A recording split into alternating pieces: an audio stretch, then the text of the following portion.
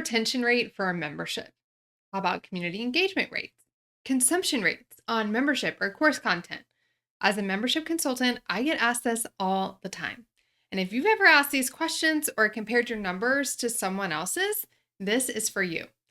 So, I'm going to tell you why comparing your membership metrics to industry benchmarks can actually hurt you more than it can help you, and how tracking your own data is actually the key to sustainable growth. My name is Shanna, and I've helped my clients add 3.4 million in annual recurring revenue from their existing customers. In this video, I'm going to explain why industry benchmarks aren't as helpful as you might think for memberships. I'm also going to explain why tracking your own data is so important. And then finally, I'm going to show you how to shift your focus to the metrics that matter most for your membership. Here's the truth. Industry benchmarks don't matter nearly as much as you think. Membership owners love to ask about benchmarks, what's the average retention rate, or what's a good engagement rate. But while those questions seem helpful, the answers don't actually tell you what's going on in your membership. Benchmarks are often misleading, and here's 3 reasons why. First off, way too many variables. There are many factors that affect metrics like retention or engagement. Your niche, your pricing, your audience, the type of program that you offer. I have clients in all industries: weight loss, art, business to business, career opportunities, food, fashion, and more. They have different membership models, price points, and audiences. Some rely more on the community and need higher engagement rates to sustain their desired retention rate, whereas others need higher consumption rates, but community engagement isn't as important. Comparing your numbers to someone else's is like comparing apples to oranges. Just doesn't work. Now, the second reason it doesn't work is because there's so many different models. For example, a $10 a month membership for hobbyists will have very different metrics than a $1,000 coaching program.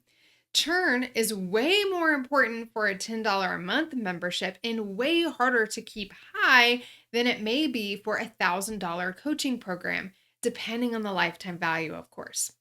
The same is true for memberships that are exclusive to course alumni or rely heavily on annual or quarterly plans versus monthly plans. All of these are factors that impact the goals you're setting for each of your metrics. And then finally, these comparisons can be really misleading and actually veer you off course.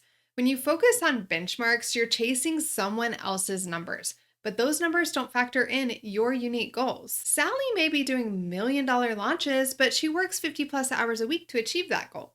Jill may only want to give 20 hours a week to her membership, but is setting her goals based on what someone who's working 2 times more than her is able to achieve. Pretty unrealistic.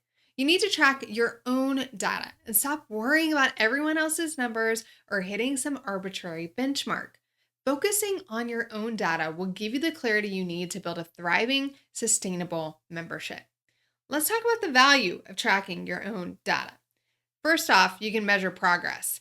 Instead of aiming for an arbitrary number like 90% retention rate, focus on improving your own.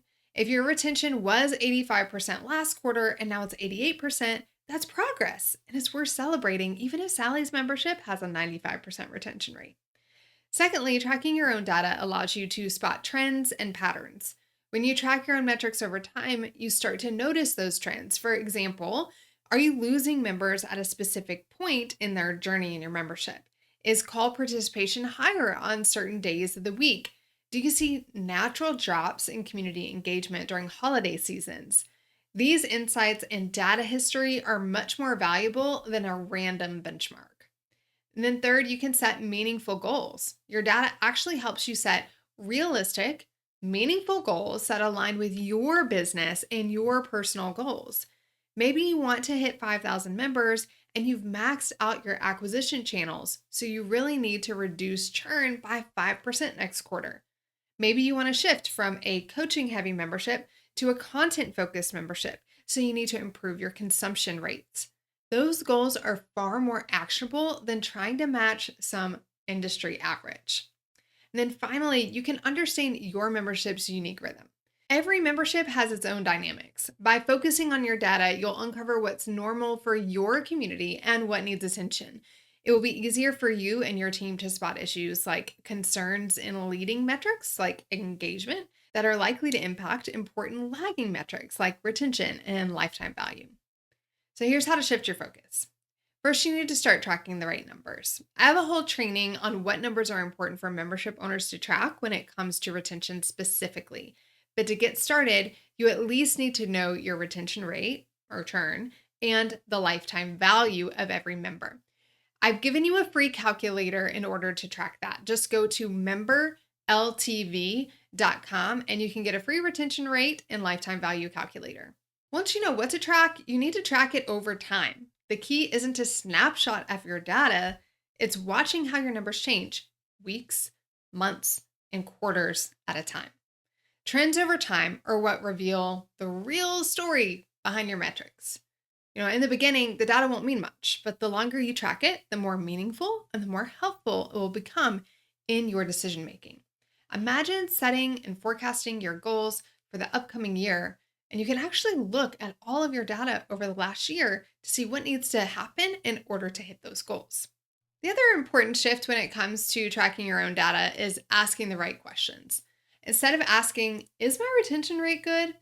Ask, how has my retention rate changed since I improved my member onboarding? Or what's causing members to drop off 3 months into the journey? How can I fix it? When you ask the right questions, you get to the bottom of what's actually the problem so that you can pinpoint the best solution. And finally, you want to focus on what you can control. Benchmarks are completely out of your hands, but improving your own metrics is something you can control. Focus on retention strategies, engagement tactics, and creating a better member experience. You can do that by getting my free guide. Just go to retainguide.com. That's retainguide.com. I've got lots of ideas on how to do this. Here's the bottom line. Forget industry benchmarks. Your membership is unique, and your progress matters more than anyone else's numbers. Track your own data, watch for trends over time, and focus on what you can improve.